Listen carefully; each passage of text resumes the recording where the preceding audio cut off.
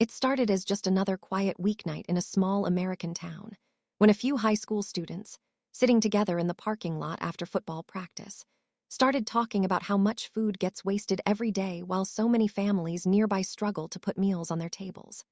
One of them mentioned seeing a post online about families waiting in food bank lines for hours, and that small moment of conversation turned into a spark that would soon light up their entire community. What began as a simple idea, a late-night food drive, grew into something no one expected. They didn't have a big budget or fancy sponsors, just a handful of teenagers with a plan and a lot of heart.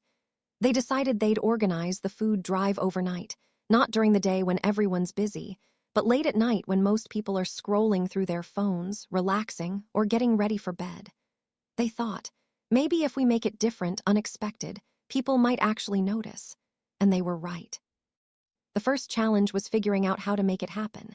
They went door to door asking for donations, posted flyers around school, and created a social media challenge with a simple message. If you're awake, give. They chose the school parking lot as their drop-off spot, using flashlights and car headlights to light up the area. They called it Midnight Meals for the Hungry. The goal was to collect as much food as they could before sunrise. At first, the response was quiet. Only a few cars came by during the first hour, dropping off bags of canned goods and cereal boxes. But then something amazing happened. One of the local news outlets picked up their post, and within an hour, more people started arriving. Cars lined up down the street, their headlights glowing in the dark as families, neighbors, and even strangers came to donate. Soon, the parking lot looked like a festival of kindness. People brought boxes of pasta, peanut butter, canned soup, baby formula, and even pet food. Someone showed up with fresh produce from their garden, and another person dropped off 100 loaves of bread from a local bakery. Parents brought their kids to help load donations, and some teenagers who had never spoken to each other before were now working side by side, sorting, stacking, and laughing together. As the night went on, the students could hardly believe what they were seeing. One of them, a quiet senior named Emma, looked around at the mountain of donations and said softly, "This is what community looks like." Someone recorded her saying that, and later, that clip would go viral. By midnight, word had spread across town. Restaurants began showing up with trays of hot food to feed the volunteers. A local pizza shop owner brought boxes of pizza, saying, "You kids reminded me what kindness looks like." A grocery store donated cases of bottled water. Even police officers stopped by, not to check on them, but to help direct traffic and carry boxes. The high schoolers didn't sleep that night. They worked until dawn, organizing donations and loading trucks that would go out to food pantries the next morning. As the sun began to rise, the parking lot was almost empty again, but the sense of warmth and unity hung in the air like sunlight breaking through the cold. When the students finally sat down, tired and covered in dust, they realized they had collected over 10,000 pounds of food, enough to feed hundreds of families for weeks. They laughed, cried, and hugged each other, overwhelmed by what they had accomplished in just one night. What started as a simple idea had turned into a community-wide movement. The next day, their story spread online. Videos of the glowing parking lot, full of people working under the stars, touched hearts across the country. Comments flooded in. "Faith in humanity restored. This is what our world needs more of. These kids are the future."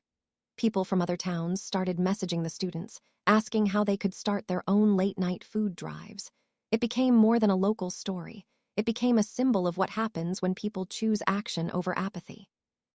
The students were invited to speak at their school assembly. Standing on stage, they didn't talk about fame or recognition. Instead, they spoke about empathy, about how easy it is to make a difference when you stop waiting for someone else to do it. One of them said, "We realized kindness doesn't have a curfew." The entire gym erupted in applause. Local businesses began to notice, too. Some offered scholarships for the students who led the initiative. Others pledged to keep donation bins open year-round. The mayor even declared that week Community Kindness Week in their honor. But the students didn't do it for recognition. They did it because they saw a need, and they believed they could fill it. As months went by, the memory of that night didn't fade. It became a story parents told their kids, teachers shared in classrooms, and churches mentioned during sermons. It inspired others to host late-night events, from clothing drives to blanket collections. People started realizing that generosity isn't about having a lot, it's about giving what you can when you can. The students decided to make the food drive an annual event. Every year, more people joined. Local bands came to play, artists painted murals, and families brought their kids to witness what kindness in action looks like. The community began to heal in small but powerful ways. Neighbors who hadn't spoken in years found themselves working side by side again. There was one moment everyone remembered vividly, the night when a man in his 40s arrived quietly at the event. He didn't bring food at first. He just stood watching the students load boxes into trucks. One of the volunteers went up to him and asked if he wanted to help. The man nodded and began carrying boxes silently. After an hour, he turned to one of the students and said, "I was one of the people who used to stand in those food lines. Thank you for remembering us." Then he handed over a $50 bill and said, "It's not much, but it's from the heart." Moments like that reminded everyone why they started. It wasn't just about food. It was about connection, dignity, and hope. It was about the power of a few young people who refused to sit still while others struggled. When the following year's drive came around, the community was ready before the students even announced it. Businesses started collecting early. Families baked cookies for volunteers. The local radio station broadcast live from the event. The students realized something incredible. The kindness had become contagious. Years later, those same students, now adults with jobs and families, still look back at that one night as the turning point. Some of them went into social work, some became teachers, and others started nonprofits. But all of them carried that same spirit of service with them. They knew that when people come together, no problem is too big. The legacy of that late-night food drive lives on in the town. Every year, lights still fill the parking lot, music plays, laughter echoes, and people of all ages come together for one simple purpose: to help others. It's no longer just an event, it's a tradition, a symbol of what's possible when compassion leads the way. And maybe that's the most powerful part of all, that a small idea, born under the dim light of a parking lot, could grow into something that changed an entire community. The students never set out to become heroes. They just wanted to make sure no one went hungry. But in doing so, they reminded everyone watching that sometimes the biggest acts of kindness happen when no one's looking, in the quiet hours of the night, under the glow of headlights and hope. Because kindness doesn't need a stage. It just needs a start. And when it begins, even in the smallest way, it can light up an entire town.